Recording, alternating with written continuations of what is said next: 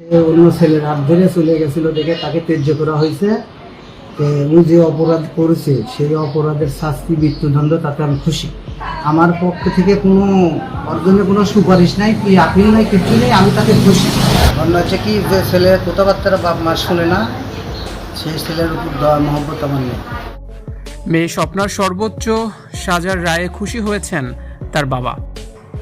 স্বামী সোহেল রানাকে সহযোগিতা করায় সোহেল রানার পাশাপাশি স্বপ্নাকেও সর্বোচ্চ শাস্তি দেওয়া হয়েছে।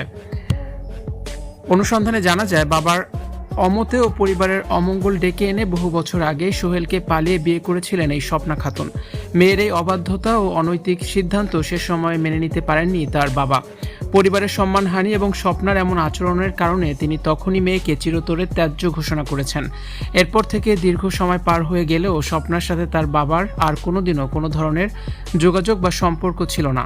বাবার স্পষ্ট কথা যে মেয়ে পরিবারের কথা চিন্তা না করে পালিয়ে যেতে পারে, সে অনেক আগেই তার কাছে মরে গেছে।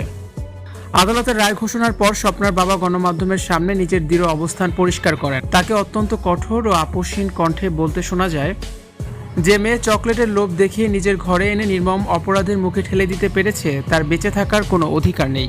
তিনি স্পষ্ট ভাষায় বলেন, সে যে অপরাধ করেছে সেই অপরাধের শাস্তি সে পেয়েছে, তাতে আমি অনেক খুশি। আমার পক্ষ থেকে কোনো অর্জন বা কোনো সুপারিশ নাই, আপিলও নাই, কিচ্ছু নাই। আমি এই রায়ে অনেক সন্তুষ্ট। সাধারণত সন্তান যত বড়ই অপরাধ করুক না কেন, বাবা মায়ের মন সন্তানের শাস্তির বিরুদ্ধে আদালতে লড়াই করে। কিন্তু স্বপ্নার বাবা সমাজে এক অনন্য দৃষ্টান্ত স্থাপন করেছেন।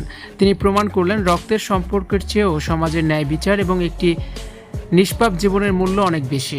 যে সন্তান জীবন কেড়ে নিতে সহযোগিতা করে, সে কোনো বাবার সন্তান হওয়ার যোগ্যতা রাখে না। স্বপ্নার বাবার এই কঠোর ও ন্যায়নিষ্ঠ বক্তব্য সামাজিক যোগাযোগ মাধ্যমে ব্যাপক প্রশংসিত হচ্ছে। সাধারণ মানুষ মনে করছেন, স্বপ্নার বাবার এই অবস্থান সমাজের অন্য অপরাধ প্রবণ সন্তানদের জন্য একটি বড় সতর্কবার্তা।